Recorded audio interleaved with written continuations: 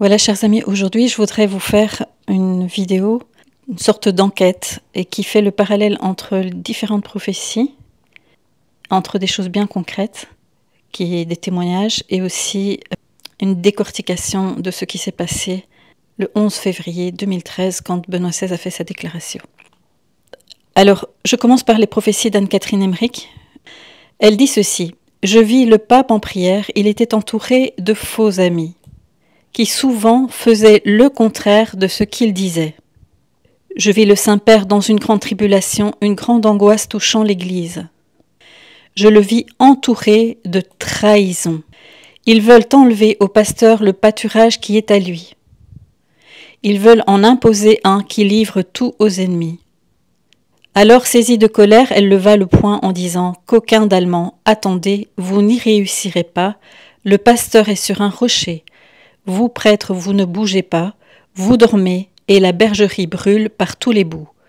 Vous ne faites rien, oh, comme vous pleurerez cela un jour. » Dans ce message, maintenant d'Avola, donc dans ma playlist sur les apparitions d'Avola, dans la deuxième vidéo qui est ici, apparition d'Avola, prophétie sur Benoît XVI, il y a un message donné par Jésus le 18 septembre 2006 à Giuseppe Orecchia.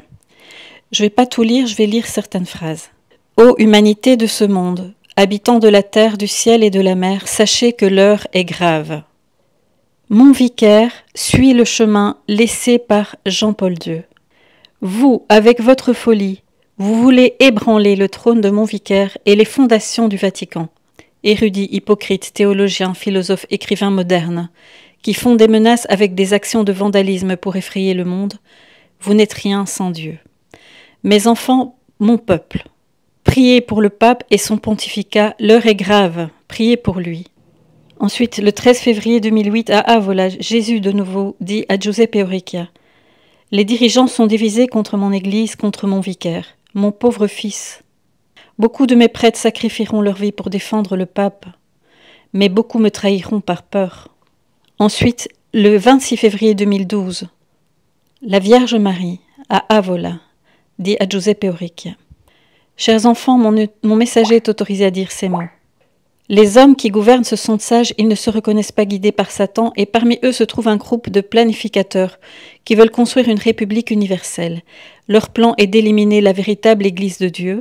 Ils l'obtiendraient rapidement si le siège de Pierre était abandonné. C'est pourquoi ils annoncent la mort du pape. » C'était 1 an avant la démission. « Sachez qu'ils ne savent plus étudier en eux-mêmes comment se sauver. » Le 26 mai 1998, Notre-Dame disait à Giuseppe: « Fils, écris tout cela, le temps est venu de démasquer les responsables de l'égarement de l'Église, de démasquer les loups rapaces qui se faufilent dans la bergerie, complotant des pièges de l'intérieur pour saper la réputation du berger. Écoute-moi bien, mon fils, qui est-ce qui a introduit les loups rapaces dans l'Église?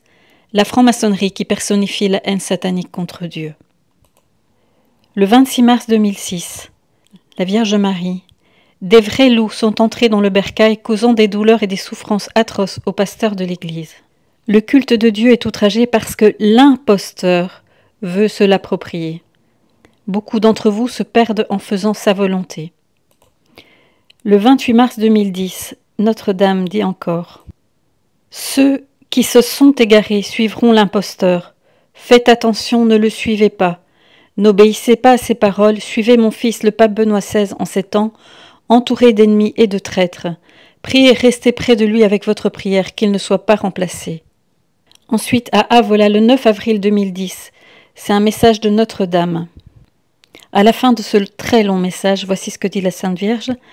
Elle donne une vision à Giuseppe Orecchia. « À ces mots, la Vierge me montra la place et la basilique Saint-Pierre, puis une chambre où le Saint-Père Benoît, affalé, était assis dans un fauteuil. Il semble très malade et inquiet, tandis que 2 prélats, vêtus de rouge, avec des chapeaux ronds sur la tête, après être entrés, apportent un document et tentent de le faire signer par le pape. Le pape ne signe pas ce document. » À ce moment-là, la Vierge explique à Giuseppe: « Il y a beaucoup de traîtres dans la ville sainte, qui l'emportent grandement sur le Saint-Père, qui, entouré d'ennemis, est soumis à une grande épreuve. Ceux en qui il peut avoir confiance se comptent sur le bout des doigts d'une main. C'est étrange de voir votre maison tomber entre les mains de Satan, et la maison c'est l'Église. Le 30 mai 2010, à Avola, la Vierge dit ceci. Elle dit dans ce message, « Vous devez prier, car vous verrez bientôt le schisme de mon Église. Mon reste fidèle suit le pape actuel, Benoît XVI, qu'ils veulent éliminer. » Ensuite, elle dit « Mes enfants, préparez-vous à suivre ces prêtres fidèles au pape et à l'enseignement de l'Église. » Juste avant, elle disait « Je vous le dis, le prochain pape sera l'imposteur et les forces du mal seront derrière ce schisme. Conservez les saints missels et les livres de l'ancienne messe, car les apostats en changeront les paroles dramatiques. » Le 11 mai 2008, c'est Jésus qui donne un message. « L'Église catholique est mon bercail. Dans cette humanité, le berger est mon vicaire. Quiconque entend et met sa parole en pratique est avec moi. Quiconque ne suit pas l'Église dans la parole du pontife est en dehors de moi et donc contre moi. Vous, prêtres qui voulez abandonner ma voix au nom d'une justice présumée, surveillez vos pas quand ils prendront de fausses directions, vous aurez provoqué le schisme. Que le nouveau prêtre se forme à l'exemple de l'ancien prêtre et qu'il garde jalousement les vérités infaillibles à la lumière de la pratique de la spiritualité du prêtre ancien, à la pensée conservatrice, afin qu'il ne court pas le risque inconscient d'être lui-même dépassé par le catholicisme moderne. Qu'il sache faire une sélection rigoureuse du nouveau pour l'intégrer à l'ancien. Que le prêtre conservateur soit un guide humble et patient, opérant, du jeune prêtre, et qu'il accepte le bon du renouveau de l'Église. Enfin, un message donné le 24 décembre 2002 par Notre-Dame et le Seigneur. Vers la fin de ce message, Giuseppe dit « J'ai vu le fauteuil du pape entouré de tant de cardinaux qui lui bâillonnaient la bouche pour l'empêcher de crier et le faire taire. À gauche, le pape noir qui veut s'asseoir sur le trône du pape. Ces ennemis de Dieu adorent le pape noir et proclament la destruction de l'Église. J'en appelle aux évêques, aux prêtres, ils comprendront que l'heure est très grave. Restez unis à mon peuple de Dieu, priez et instruisez-le. Sinon, à l'heure de votre jugement, vous serez devant Jésus et je vous bénis. » Le 9 octobre 2003, c'est Jésus qui parle à Giuseppe Orecchia. « Tu as vu la chaise de mon vicaire, où il était assis. Tu as vu 3 cardinaux le bâillonner et le faire taire, mais il ne mourra pas. » Dans la vidéo sur les liens entre Fatima La Salette et Avola, il y a encore un message donné le 25 mars 2010 par Notre-Dame et l'archange Saint-Michel. Et je vais vous lire les passages qui m'intéressent. C'est des paroles de Saint-Michel-Archange. « Satan contrôle de nombreuses autorités dans mon Église, celle de Dieu et dans la ville sainte de Rome. Votre vicaire est entouré de traîtres qui ont choisi son successeur. Grandes sont les souffrances du pape. Priez pour que le pape Benoît XVI ne soit pas destitué. Malheur au monde, le corps mystique du Christ sera recrucifié. » À ce stade, Saint Michel désigne 3 cardinaux avec sa main droite et écrit une lettre initiale au-dessus de chacun. Puis, avec dédain, il montre le 4e cardinal qui avait sur la tête un chapeau d'évêque rond et violet. Sur lui, il est écrit l'initiale, puis il déplie leur initiale. Priez pour eux afin qu'ils sortent des ténèbres. Ils sont aveugles et gèrent mal leurs employés.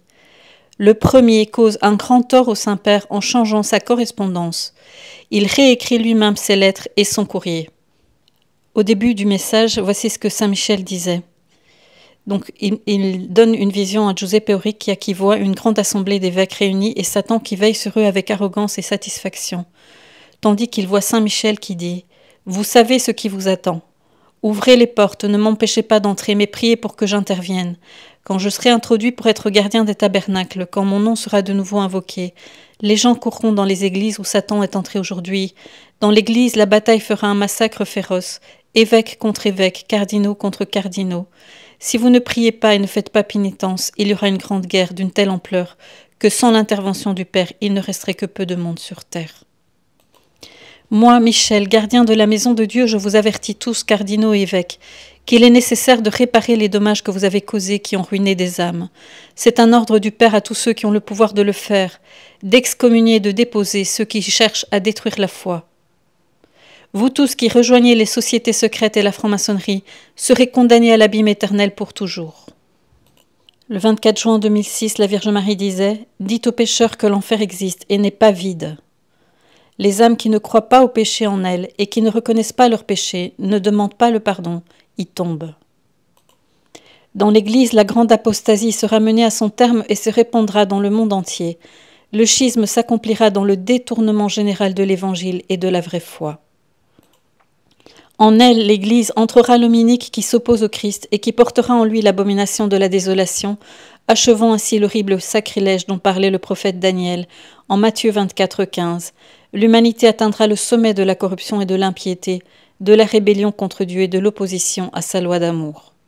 Elle connaîtra l'heure de son grand châtiment qui a été prédit par le prophète Zacharie au chapitre 13. En janvier 2020, Monseigneur Vigano faisait un témoignage sur La Verità, c'est un journal italien. C'est venu le moment d'éclairer le rôle de Padre George. Alors il écrit une lettre à Marco Tossati et c'est une lectrice qui envoie la traduction à Benoît et moi.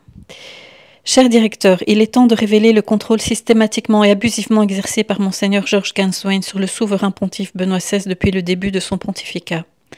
Ganswein avait l'habitude de filtrer les informations, s'arrogeant le droit de juger par lui-même de l'opportunité ou non de les envoyer au Saint-Père. Je peux témoigner que lorsque le pape Benoît m'a convoqué en audience le 4 avril 2011, quelques jours après que je lui ai envoyé ma première lettre publiée ensuite illégalement pendant les Vatilix, j'ai dit au pontife « Je ne vous parlerai pas de la situation de corruption dans la gestion des villas pontificales, car je suppose que vous avez déjà pris connaissance de la note à ce sujet, que j'ai remise à votre secrétaire pour vous, en vue de cette audience. » Le Saint-Père, en toute innocence et sans montrer aucune surprise, me dit « Non, je n'ai rien vu. » Je témoigne également d'un autre fait qui montre comment Monseigneur Ganswein contrôlait les informations pour le Saint-Père et conditionnait sa liberté d'action. À l'occasion de la canonisation de Marianne Kopp et Terry Tekakwitha, ayant demandé par écrit au préfet de la maison pontificale de l'époque, Monseigneur James Harvey, de pouvoir être reçu en audience par le pape, n'ayant reçu aucune réponse, je me suis rendu le mardi 23 octobre 2012 auprès du même préfet, lui demandant pourquoi je n'avais reçu aucune réponse à ma demande d'audience. Je me souviens parfaitement de la circonstance puisque Monseigneur Harvey lui-même me suggéra d'assister à l'audience générale le lendemain, afin que je puisse au moins saluer le Saint-Père personnellement, avec les autres évêques présents. Monseigneur Harvey me répondit par les mots suivants. Ganswein m'a dit « Monseigneur Vigano est la dernière personne qui puisse s'approcher du pape Benoît. » Il a ensuite ajouté qu'au début de son pontificat, Benoît XVI lui désignant Ganswein avec l'index s'est exclamé « Gestapo, Gestapo !» Cette attitude sans scrupule se révéla dès le début du pontificat, également dans la détermination avec laquelle Ganswein réussit à retirer au pape sa précieuse assistante et secrétaire historique, Ingrid Stampa, que le cardinal Ratzinger d'alors avait voulu à ses côtés pendant plus d'une décennie après le décès de sa sœur Maria. Il est notoire que pour échapper à ce contrôle total exercé sur sa personne par Ganswein, le pape Benoît XVI se rendait souvent chez son secrétaire particulier précédent, Monseigneur Joseph Clemens, invitant également Ingrid Stampa à cette réunion de famille. Je fais cette déclaration à la suite de ce que Monseigneur Ganswein a affirmé à l'agence ANSA, en contradiction avec ce que le pape Benoît lui-même a écrit dans l'échange de correspondance avec le cardinal Sarah. Il s'agit d'une insinuation explosive et calomnieuse contre l'éminent cardinal Robert Sarah, ponctuellement démentie par lui. Alors maintenant, je vais vous faire écouter Mark Voice. C'est quelqu'un que Andrea Cianci fait connaître et qui explique assez bien, vraiment. Et il va ici décortiquer ce qui s'est passé autour de la déclaration, donc pas le texte lui-même, mais comment Benoît XVI met en scène cette déclaration le 11 février 2013. Voilà, je vais vous faire une enquête sur la non-renonciation de Benoît XVI. Qui étaient les adversaires de Benoît XVI? Et dans la deuxième partie, la raison de leur aversion. À noter, ce que Benoît XVI a lu le 11 février se trouve sur le site du Vatican, avec le titre « Déclaratio » en latin, « Déclaration » en français. La motivation de Benoît XVI, qui est un double témoignage. Voici les références à la motivation affichée par Benoît XVI pour sa décision de grande importance pour la vie de l'Église. Il écrit d'abord « Mes forces, compte tenu de mon âge avancé, ne sont plus adaptées à l'exercice en mode approprié. » Dans un autre endroit, il dit « Pour gouverner la barque de Saint-Pierre et annoncer l'Évangile, il est nécessaire d'avoir la vigueur du corps, de l'âme ce que dans les derniers mois, en mois, a diminué. Examinons ce qui est vrai et combien il n'a pas semblé qu'au cours des 3 à 6 derniers mois, les conditions du pape Benoît XVI, les conditions physiques étaient diminuées. Et ici, sur cette photo, on voit que le cardinal Ratzinger donne la communion non seulement à Jean-Paul II Vieux, mais aussi malade. Et ça, même dans cette condition, il a néanmoins continué à gouverner la barque de Saint-Pierre et annoncer l'Évangile. Après cet exemple de vertu jusqu'à l'héroïsme, c'est très difficile qu'un des successeurs immédiats pourrait à un moment donné abandonner, renoncer à la papauté pour des raisons de faiblesse physique en raison de sa seule vieillesse. Il est très probable que dans ses motivations qu'il écrit avec une base de réalité, il se cache autre chose. C'est peut-être 2 témoignages indirects de sa part de la situation à l'intérieur des palais du Vatican. Contradiction. Premier témoignage indirect. Comment a fait Jean-Paul II à faire le pape dans ces conditions difficiles de maladie, et Paul VI, et Jean XXIII, et Pie XII, bref, tous les papes qui ont précédé? C'est simple. Ils ont été aidés. Par exemple, Jean-Paul II avait été le cardinal Ratzinger à la Congrégation pour la doctrine de la foi. Tandis que Benoît XVI ne semble pas l'avoir été. Il devait faire tout seul, il était isolé. Bien sûr, à un moment donné, la vigueur du corps et de l'âme qui diminue avec l'âge ne suffisent plus pour seulement gouverner l'Église, mais aussi pour faire face à une hostilité environnementale passive. En bref, si on veut développer sa motivation, mes forces pour l'âge avancé ne sont plus adaptées à l'exercice de manière adéquate. Je devrais être aidé, mais personne ne m'aide. Aucun cardinal, aucun évêque de la Curie se rend disponible pour m'aider. C'est un premier possible témoignage. Deuxième témoignage indirect de sa déclaration. Mais alors, si les choses étaient ainsi, parce qu'il ne l'a pas écrit dans la déclaration, mais juste un petit peu plus clairement, il aurait pu mettre « Je n'arrive plus à gouverner la barque de Saint-Pierre et à annoncer l'Évangile avec mes propres forces ». Il aurait pu mettre ça, non? Et pourtant, il ne l'a pas écrit de cette manière. Même pas de manière voilée. Et c'est pas par courtoisie envers les cardinaux et les évêques de la Curie, mais peut-être parce qu'il ne sait même pas l'écrire. Deuxième témoignage possible. Benoît XVI est un pape qui doit être seul et muet. Il est probable que Benoît XVI dérangeait lorsqu'il était préfet de la doctrine de la foi. Puis ils l'ont fait pape précisément pour ensuite le retirer de la papauté. Je fais une parenthèse ici pour dire que Benoît XVI, dans son testament, dit exactement ceci, c'est qu'ils l'ont élu parce qu'ils avaient besoin de quelqu'un à brûler avant de mettre leur propre candidat. Voyons maintenant, c'est qui qu'il dérangeait. On va parler de ça dans la deuxième partie. Et pourquoi il les dérangeait. Continuons notre enquête. La prémisse. Cette troisième enquête est la plus importante des 10 sur la non-renonciation, parce que les motivations de la volonté seront reconstituées en 2 parties, à savoir pourquoi Benoît XVI a fait cette déclaration et pourquoi les cardinaux en 2013 ont fait un conclave. Les enquêtes suivantes sur la déclaration, sur le dernier Angélus, sur la dernière audience générale, servent uniquement de confirmation de ce contraste interne au Vatican, qui a amené Benoît XVI et l'Église catholique à changer de place et aller se mettre à Castel Gandolfo, donc un autre endroit. Présentation terminée. Commençons à enquêter la déclaration. Mais l'élément le plus important n'est pas le sujet central, plutôt un aspect formel, le destinataire.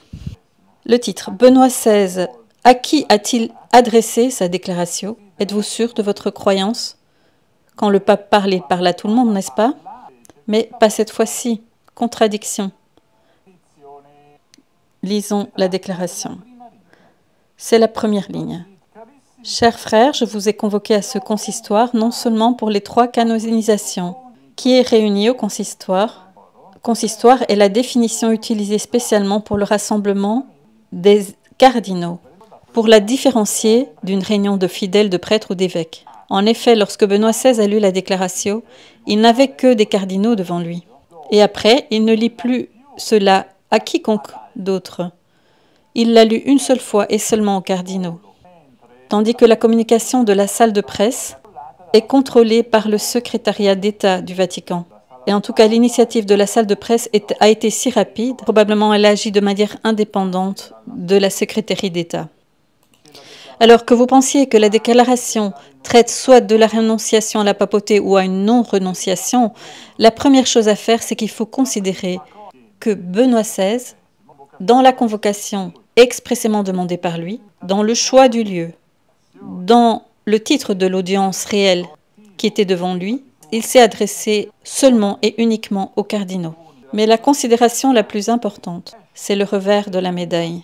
En faisant cela, Benoît XVI a délibérément exclu de la communication les fidèles, les prêtres, les évêques, les religieux, les non-croyants, tous les autres. Il ne les a pas impliqués le 11 février, et même pas après. En effet, que ce soit dans le dernier Angélus, dans la dernière audience générale, il n'a pas répété cette déclaration. En d'autres termes, il n'a pas répété ce qu'il avait dit aux cardinaux. Le « mais aussi » qu'il met dans sa déclaration en deuxième position est importante. Le titre de la déclaration n'est pas conclu, il y a aussi une deuxième partie. Benoît XVI écrivait à l'histoire plus qu'aux hommes qui étaient devant lui. Que la décision qu'il voulait communiquer aux cardinaux, bien qu'il soit d'une grande importance, c'était quand même moins important qu'un autre sujet prévu pour cette journée-là. Chers frères, je vous ai convoqués à ce consistoire, non seulement pour les 3 canonisations, mais aussi, ce « mais aussi » indique que Benoît XVI a ajouté la déclaration au rendez-vous précédent pour les 3 canonisations. Et jusqu'à présent, rien d'étrange. Cependant, le « mais aussi pour » n'est pas un « mais surtout pour » et même pas un « et pour ». Le « mais aussi pour » place cette déclaration en deuxième place par rapport aux 3 canonisations, non seulement dans un sens chronologique, mais aussi en importance. Et c'est étrange, parce qu'immédiatement après ce « mais aussi », Benoît XVI précise que le sujet de la déclaration est d'une grande importance, mais aussi pour vous communiquer une décision de grande importance pour la vie de l'Église. Ça aurait été plus approprié de dire « mais surtout pour », ou encore mieux, il aurait pu en omettre certains, tout le sujet des 3 canonisations. Très chers frères, je vous ai également convoqué pour, aussi pour. Les interprétations basées seulement sur 2 éléments, en l'occurrence « mais aussi » et « d'une grande importance », ne peuvent qu'être inévitablement perçues comme il a été forcé à quelque chose. Cela doit être pris en considération. Il faut prendre en considération que ce document est vraiment un document historique, avec toutes les lettres majuscules.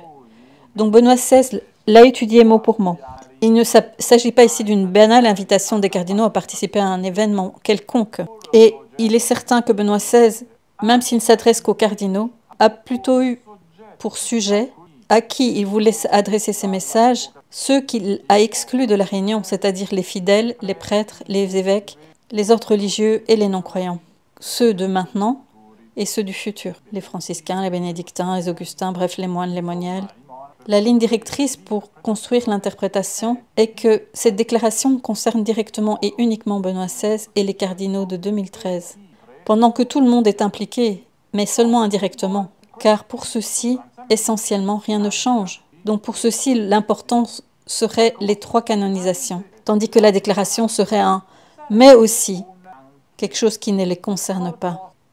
La grande importance pour la vie de l'Église, ce ne serait que pour les cardinaux. Pour tous les autres, le pape va simplement déménager à Castel Gandolfo, priant à Castel Gandolfo. Il va être en prière. Je m'arrête ici. À ce stade de l'enquête, une fois qu'on a fini de lire les paroles de l'entête, nous allons voir le mode de fonctionnement, de communication choisi par Benoît XVI pour trouver une confirmation supplémentaire sur cette destination finale cardinalis de la déclaration. Benoît XVI a tout fait, mais tout et tout, de façon erronée, pour un pape qui voudrait interrompre ou abandonner quelque chose.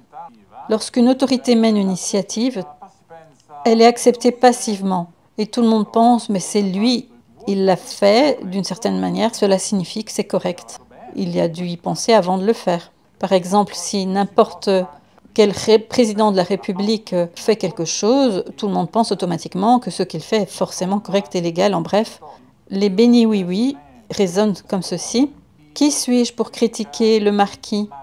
Je ne suis personne. alors qu'il l'est lui. Ces personnes, dans le cas de Benoît XVI, pensent qu'il a communiqué cette déclaration aux bonnes personnes en s'adressant aux seuls cardinaux. Car étant donné que c'est la tâche des cardinaux d'élire le pape, alors la déclaration est quelque chose qui les concerne eux.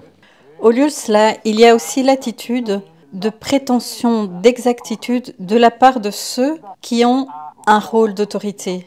Car précisément, la personne qui a reçu un pouvoir d'autorité doit se comporter plus correctement qu'une personne ordinaire. Et précisément, l'affirmation de l'exactitude vous permet de découvrir l'inexactitude intentionnelle de Benoît XVI et donc d'enquêter sur le motif de sa décision de commettre intentionnellement ces fautes. Commençons. Benoît XVI est déjà pape en 2013, pendant 8 ans. Donc, il connaît très bien ses responsabilités envers les fidèles et envers tout le clergé. Rappelez-vous simplement qu'il a aussi collaboré pendant 20 ans avec Jean-Paul II. Il savait bien, donc, que le décret Christus Dominus au numéro 2 parle des responsabilités du pape. Lui, le pape, ayant été constitué berger de tous les fidèles pour promouvoir le bien commun de l'Église universelle et le bien des églises individuelles, eh bien, en 2013, Benoît XVI en était bien conscient de son rôle de pasteur de tous les fidèles. Il a établi, comme il le dit dans le titre, une décision d'une grande importance pour l'Église, pour la vie de l'Église. À ce stade, il avait le devoir de communiquer de manière adéquate. Une occasion propice et le seul public correct pour communiquer une décision qui concerne toute l'Église, ce aurait été une audience générale du mercredi, parce que c'est précisément la rencontre du pape avec tout le monde, toute la catholicité, aussi bien les fidèles que les prêtres et les évêques, les cardinaux aussi et les religieux. Dans ce cas-là, le pape s'adresse officiellement à toute l'Église. Comment cette audience aurait dû se dérouler, contenant une grande décision d'importance pour la vie de l'Église? 1 heure avant l'audience générale, le pape aurait pu communiquer de façon réservée la décision à un certain nombre de cardinaux comme celui du 11 février 2013. Pas nécessaire qu'ils soient tous présents. Et puis ensuite, dans la salle d'audience générale, avec les cardinaux présents à ses côtés, il aurait ensuite pu communiquer la déclaration en italien, en latin, etc. à tous ceux qui étaient présents au monde entier.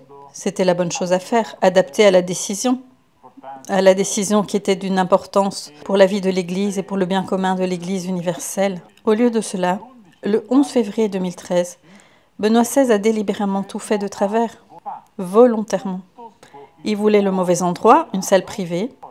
Le public, c'était pas le bon public, c'était uniquement les cardinaux. Est-ce que l'Église universelle, ce sont seulement les cardinaux? Il a voulu délibérément écrire un texte faux, parce qu'il n'y a pas de référence avec le code de droit canon, comme nous le verrons dans la 4e partie de l'enquête. Benoît XVI a délibérément commis une erreur de cette façon. Quand il a communiqué avec des faits et avec des actions, il a donné un double message. D'une part, il indiquait la destination exclusive de cette déclaration uniquement aux cardinaux, en raison d'un conflit entre eux. En même temps, il a indiqué l'exclusion de tous les autres fidèles, prêtres, évêques, religieux et non-croyants. De plus, il l'a fait en calculant également la fréquentation, la présence de la caméra et de l'appareil photo qui étaient présents. Qui c'est qui a décidé de leur présence? Pour que tous les exclus, les fidèles, les prêtres, puissent aussi respecter l'exclusion, prendre note et en tirer la conclusion paradoxale qui les préoccupait, que ce qui les concernait, ce n'était pas la déclaration, mais le contraste entre les cardinaux et Benoît XVI, les cardinaux qui ont obligé le pape à faire la déclaration. Cette chose que le pape a faite avec les cardinaux, ce n'est pas normal. Ce n'est pas seulement une communication d'une décision importante pour la vie de l'Église, introduite par un « mais aussi ». Ce qu'il a fait, ça a été un tribunal, avec un juge qui prononce la sentence. Le pape a appelé les coupables devant lui. Il a pris la décision d'interrompre définitivement le pouvoir de gouverner et de prendre sa retraite définitivement dans la prière, comme une condamnation de leur absence de collaboration avec lui, le pape.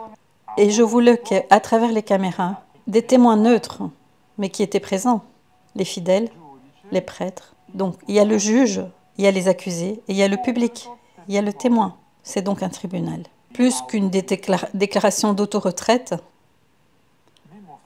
Voici la démonstration finale. Une communication du pape attendue pour le peuple entier est attendue par le doyen des cardinaux. Jusqu'à présent, les considérations sur la destination de la déclaration aux cardinaux ont été dérivées des initiatives de Benoît XVI. Le titre de sa déclaration, la manière de communiquer la déclaration par la convocation des cardinaux. Mais ce jour-là de la convocation, le doyen des cardinaux était présent au consistoire, Monseigneur Angelo Sodano. Et c'est très intéressant de voir sa réponse à Benoît XVI après la lecture de la déclaration. Introduction. Avant d'entendre Sodano, il est bon de faire quelques recherches, de ne pas prendre en considération cette enquête afin de mieux s'identifier à lui, en ce sens le moment de sa réponse, car il semble que ce soit le cas. On attendait du pape non pas une seule communication, mais plusieurs communications au peuple. Concernant la déclaration que je viens de lire, Saint-Père, avant le 28 février, comme vous l'avez dit, le jour où vous voulez mettre un terme final à ce mot de service pontifical, et encore ce mois-ci, nous aurons la joie d'entendre votre voix de berger. Déjà le mercredi, descendre, puis jeudi avec le clergé de Rome dans l'Angélus, du dimanche dans les audiences du mercredi. Il y aura donc encore beaucoup d'occasions d'entendre sa voix paternelle. Cependant, sa mission continuera. Et vous avez dit que vous serez toujours proche par votre témoignage et par votre prière. Il y aura donc de nombreuses opportunités d'entendre à nouveau la voix paternelle. Dans quel but il a dit cela? Il est très probable qu'il voulait dire pour écouter les éclaircissements et les explications sur sa décision qu'il communiquera au peuple et au monde en ces occasions. Maintenant, peut-être qu'il était vraiment curieux de savoir quelque chose de plus précis, ou peut-être craignait-il une révélation publique inopportune. Ne nous grondez pas publiquement, soyez paternels. Quoi qu'il en soit, c'est exactement ce qui, normalement, on s'attend à ce qu'un pape fasse envers les gens du peuple et envers le monde, après avoir communiqué dans l'enceinte d'une pièce uniquement aux cardinaux, une décision d'une grande importance pour la vie de l'Église. Et à la place, rien. Rien depuis 17 jours. Les 17 derniers jours avant la retraite définitive à Castel Gandolfo, ou peut-être avant la captivité, comme Monseigneur Giovanni d'Ercole, ou l'exil, comme Monseigneur Carlo Vigano. Consultez également les dernières interventions publiques de Benoît XVI. Pour ma part, je vous apporterai le dernier Angélus et la dernière audience générale, où, je vous le préviens avant, ça ne dit rien, sauf le préambule générique habituel.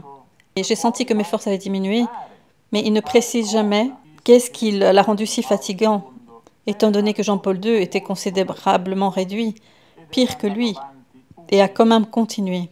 Les motivations, les explications, Benoît XVI lui-même les a toujours gardées pour lui-même. C'est un autre mot pour dire que la déclaration, la grande décision de grande importance, ne concernait que lui et les cardinaux, qui connaissaient très bien les conditions de l'isolement dans lequel il l'avait réduit.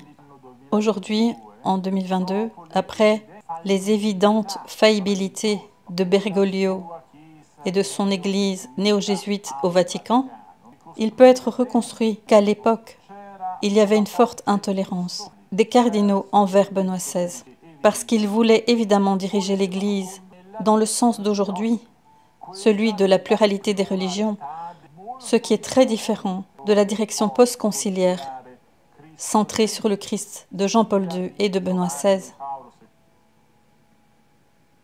Puis après, comme on le voit, ils s'embrassent avec émotion. Nous sommes proches de vous, Saint-Père, et bénissez-nous.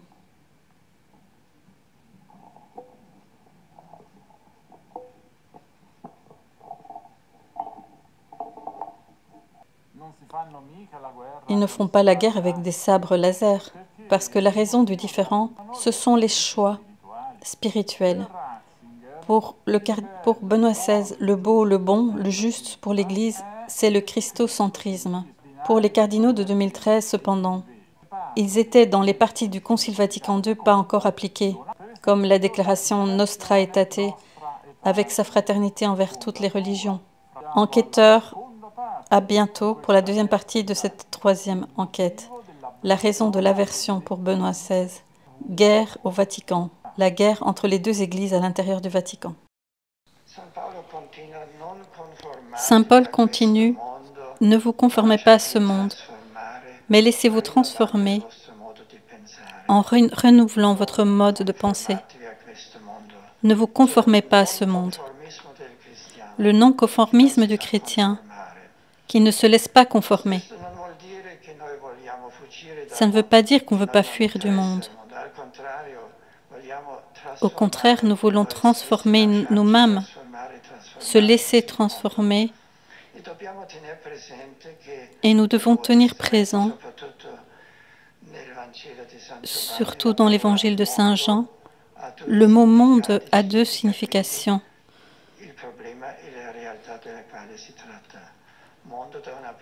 Le monde, d'une part, c'est le monde créé par Dieu, aimé par Dieu, jusqu'au point de donner sa vie et son Fils unique. Le monde est créature de Dieu et Dieu l'aime. Et il veut se donner lui-même pour que le monde soit sauvé. Mais il y a aussi l'autre concept qui est le monde comme étant qui est dans le mal, qui reflète le péché originel. Nous voyons ce pouvoir du mal et ça nous fait penser au grand pouvoir, tous les pouvoirs de la finance, des médias. Ce sont des choses nécessaires, mais souvent deviennent le contraire de leur intention. Le monde de la finance peut dominer sur l'homme. Le voir et l'apparaître domine le monde. Le monde des finances. Il ne s'agit alors plus d'un instrument pour favoriser le bien-être, la vie de l'homme, mais devient une sorte de pouvoir pour opprimer, pour que soit adoré le mammon, la fausse dignité qui domine le monde. Et contre ce conformisme de la soumission à ces pouvoirs, nous, les chrétiens, sommes non conformistes. Nous ne nous soumettons pas, mais avec la liberté des enfants de Dieu.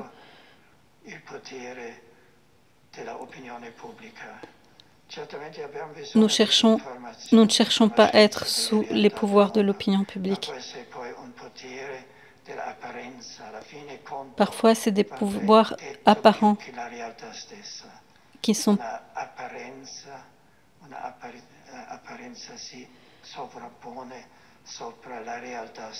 souvent l'apparence devient plus importante que la réalité et l'homme ne sait plus la vérité de son être, mais il veut être autre chose et se conformer. Et nous, les chrétiens, nous ne voulons pas nous conformer. Nous ne voulons pas l'apparence, mais la vérité. Et c'est ça qui nous donne la liberté, la vraie liberté chrétienne, qui se libère de la nécessité de plaire, comme la masse pense qu'elle devrait penser. Nous avons la liberté de recréer le monde,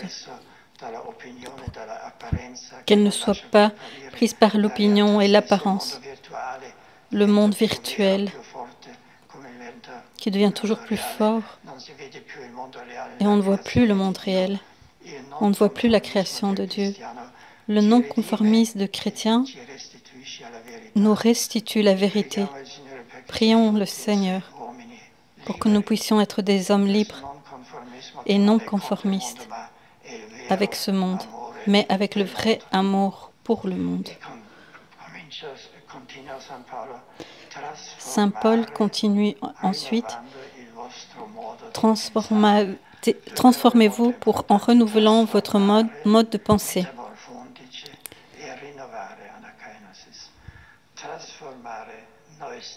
Se transformer, se laisser transformer par le Seigneur. Ça, c'est la vraie nouveauté. que nous ne nous soumettons pas aux opinions ou à l'apparence, mais à la grâce de Dieu, à sa révélation. Nous nous laissons former et placer à l'image de Dieu, en renouvelant notre mode de pensée. Ce renouvellement, cette transformation commence avec la rénovation de la pensée. Toute la façon de raisonner doit être renouvelée, pas selon les catégories. Renouveler, ça veut dire qu'on doit se laisser dominer par la vérité qui est dans la parole de Dieu.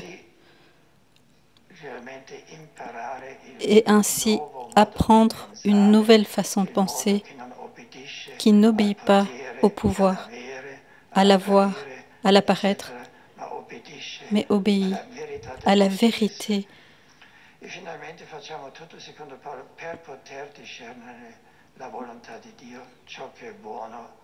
Pour pouvoir discerner ce qu'est la volonté de Dieu, dit saint Paul,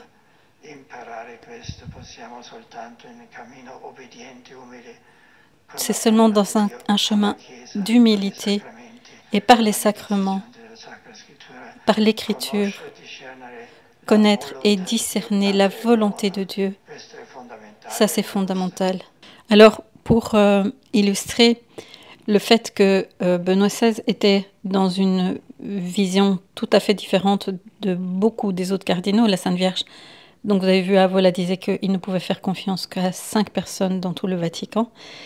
Eh bien, contrairement à ce que beaucoup de traditionalistes essayent de faire passer Benoît XVI pour quelqu'un qui est moderniste dans ses premiers temps et puis qu'après il a changé, en réalité, Benoît XVI est un grand théologien d'une très grande intelligence et très vite, au moment du concile, il s'est rendu compte qu'il allait y avoir des dérives. Et il l'a dit, c'est un témoignage ici d'un cardinal qui en parle.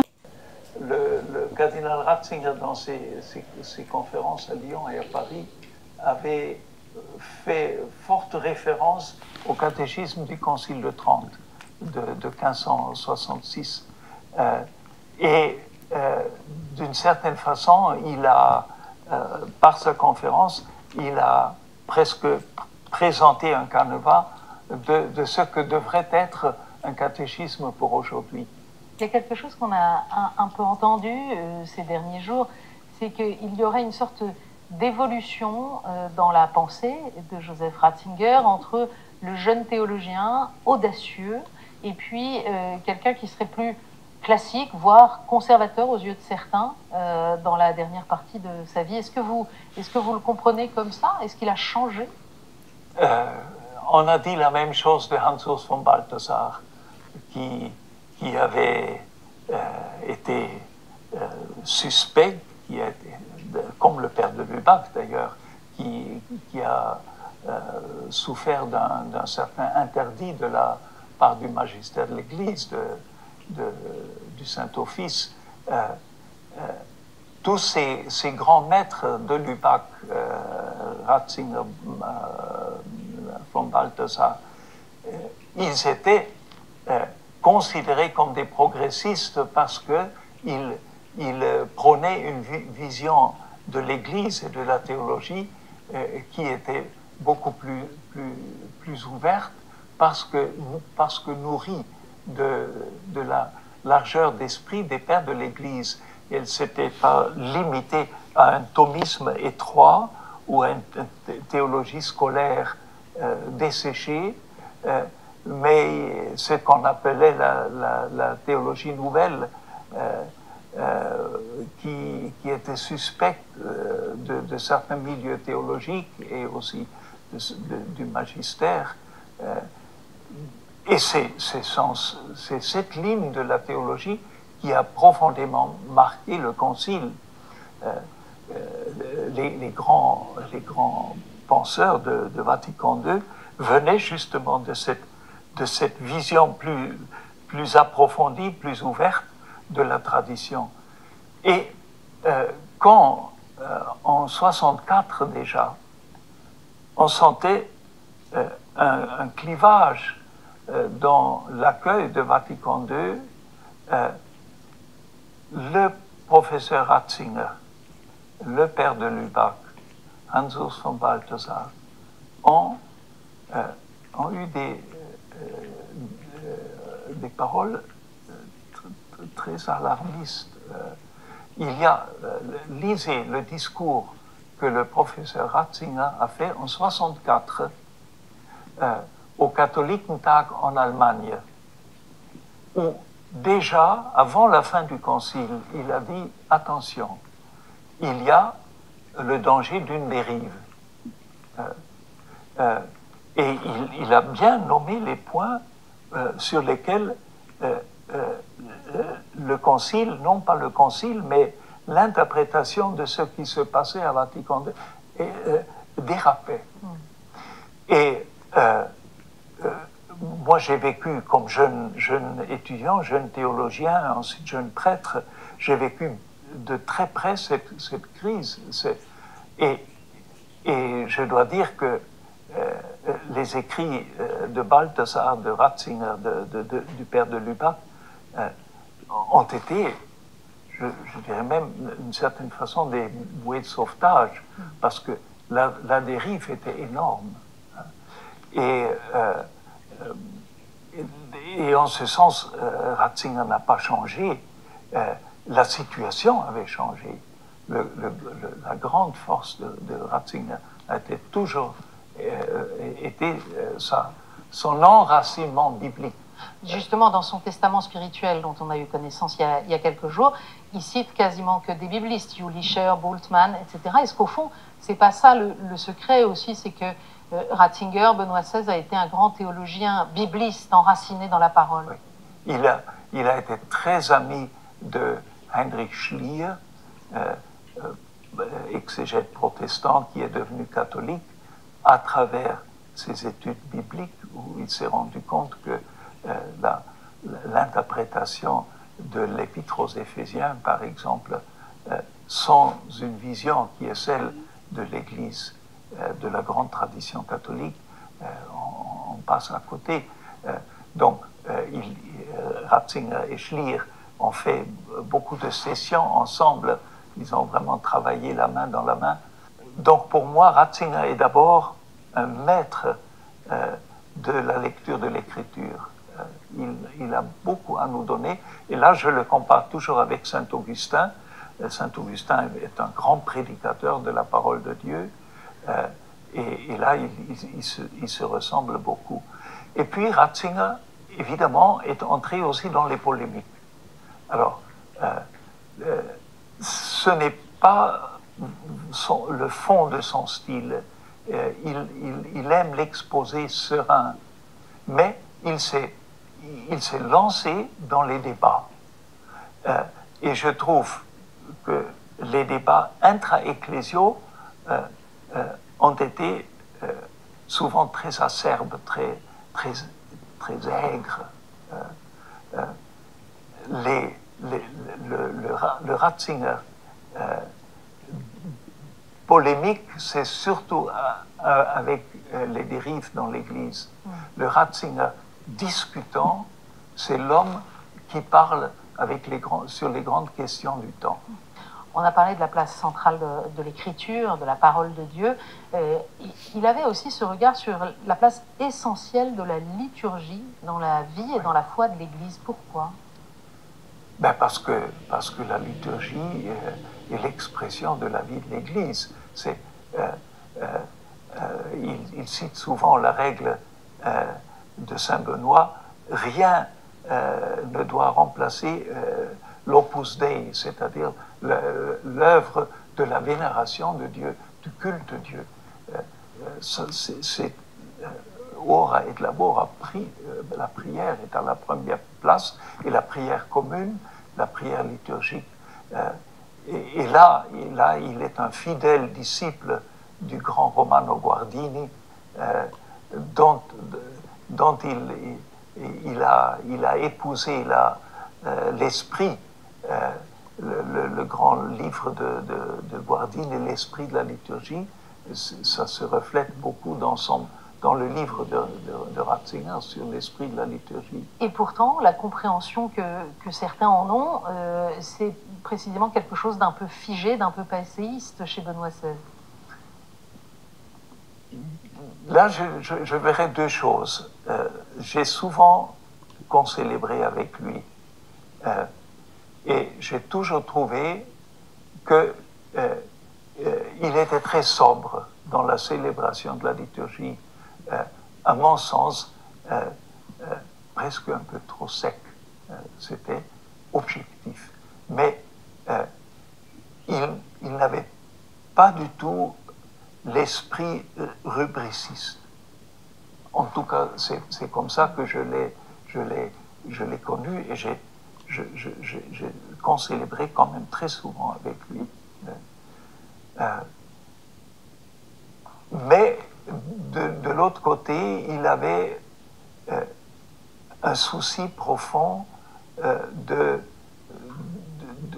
la sainteté du culte de Dieu. Oui. Évidemment, il y a la grande question du rite ancien. Là aussi, j'ai expérimenté avec lui la lutte, disons, son engagement profond pour sauver, disons, les frères dissidents du rite ancien. Surtout le schisme de Lefebvre, le cardinal Ratzinger s'est dépensé à fond pour gagner Monsieur Lefebvre pour un retour à l'Église, à l'unité. Et je me rappelle quand il nous a raconté à son cercle d'anciens doctorants, il nous a raconté par le détail comment il a vécu les tractations avec Monsieur Lefebvre quand Lefebvre a signé l'accord et a dit au cardinal Ratzinger, d'après ce qu'il nous a raconté, c'est le jour le plus heureux de ma vie. Lefebvre est rentré dans sa résidence et le lendemain, il envoie un courrier au cardinal Ratzinger et dit « Je retire ma signature ». C'était certainement un des moments les plus douloureux pour le cardinal Ratzinger parce qu'il espérait vraiment qu'on puisse revenir à l'unité. D'où son désir aussi ensuite, comme pape, de travailler à la réconciliation.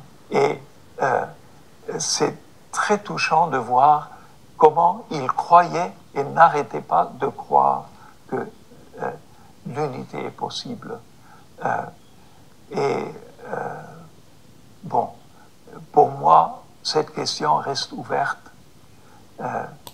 On effleure la très grande variété de sujets, de domaines dans lesquels Ratzinger, Benoît XVI a exercé sa pensée. Est-ce que pour vous, il y a une œuvre personnelle de Benoît XVI, même si d'une certaine façon, il a renoncé à une part de son travail de théologien en acceptant ses missions d'abord à la doctrine de la foi, puis comme pape. Est-ce qu'il demeure une œuvre? D'abord, il demeure un ensemble, un corps de doctrine, un corps d'enseignement. C'est vrai qu'à la différence de saint Augustin, il n'a pas écrit de grands traités. Il y a le livre sur la liturgie, il y a le livre sur l'eschatologie, il y a l'introduction au catholicisme, mais la plupart de ces travaux sont des travaux d'occasion. Or, ce n'est pas tout à fait étranger à la tradition. La plupart des écrits de saint Augustin étaient des écrits de circonstance. Alors, Augustin les a développés en traités.